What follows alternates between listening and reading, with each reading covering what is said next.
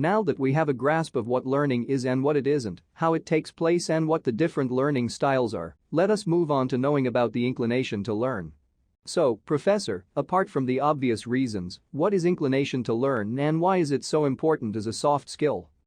Inclination to learn can be defined as the desire or readiness to learn, the willingness to acquire and develop new knowledge. As our skills and knowledge grow, newer skills and knowledge will become more complex, requiring considerable mental effort and persistence. Hence, it is important to be willing to learn and grow. It means that a person wishes to be more qualified and keep up with the modern trends and tendencies. More importantly, from a professional point of view, willingness to learn means you as a person want to be more useful and qualified. You aspire to be up to date with the changes in your professional surroundings. You have the desire and passion to work on and improve your professional skills and competencies. I think we all would say that we are inclined to learn, but can one really identify these traits in someone else? Is there a manner in which these people behave? How can one identify these people? Well, we have many famous examples in the past that, to some extent, accurately portray learners. Some characters that you would identify right away are Funsuk Wangru, played by Amir Khan in Three Idiots, or Will Hunting, played by Matt Damon, in Good Will Hunting. We can get an idea of the traits of people who are inclined to learn from these characters, but there are a lot of such traits. The common traits they share include seeing problems as challenges. Most people realize that they will encounter problems and difficulties throughout their learning journeys. The difference is that effective learners see these as challenges to overcome, rather than difficulties to stop them in their tracks. For successful learners, every challenge is an exciting opportunity to grow. They approach learning reflectively. They know their strengths and weaknesses, often devoting time to bridge the skill gap. They never try to hide their weaknesses, and seek guidance is required. They voluntarily seek out to learn.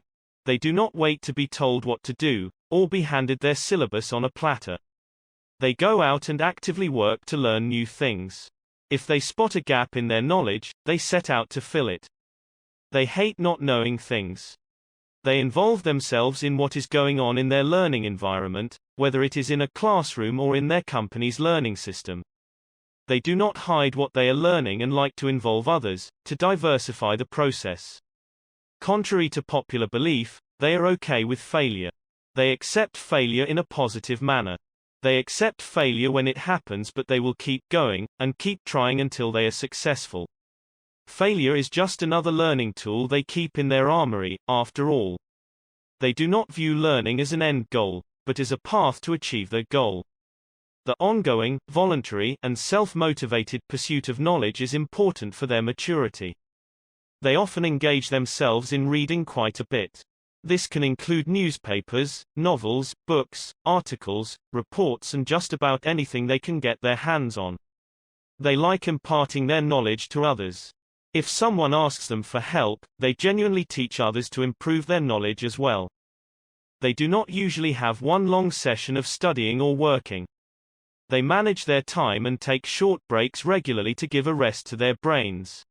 Well, it's clear that I am no Will Hunting, but speaking of the inclination to learn as a soft skill, particularly as you pointed out, in the professional aspect, it becomes a skill that employers look for. How does that play out?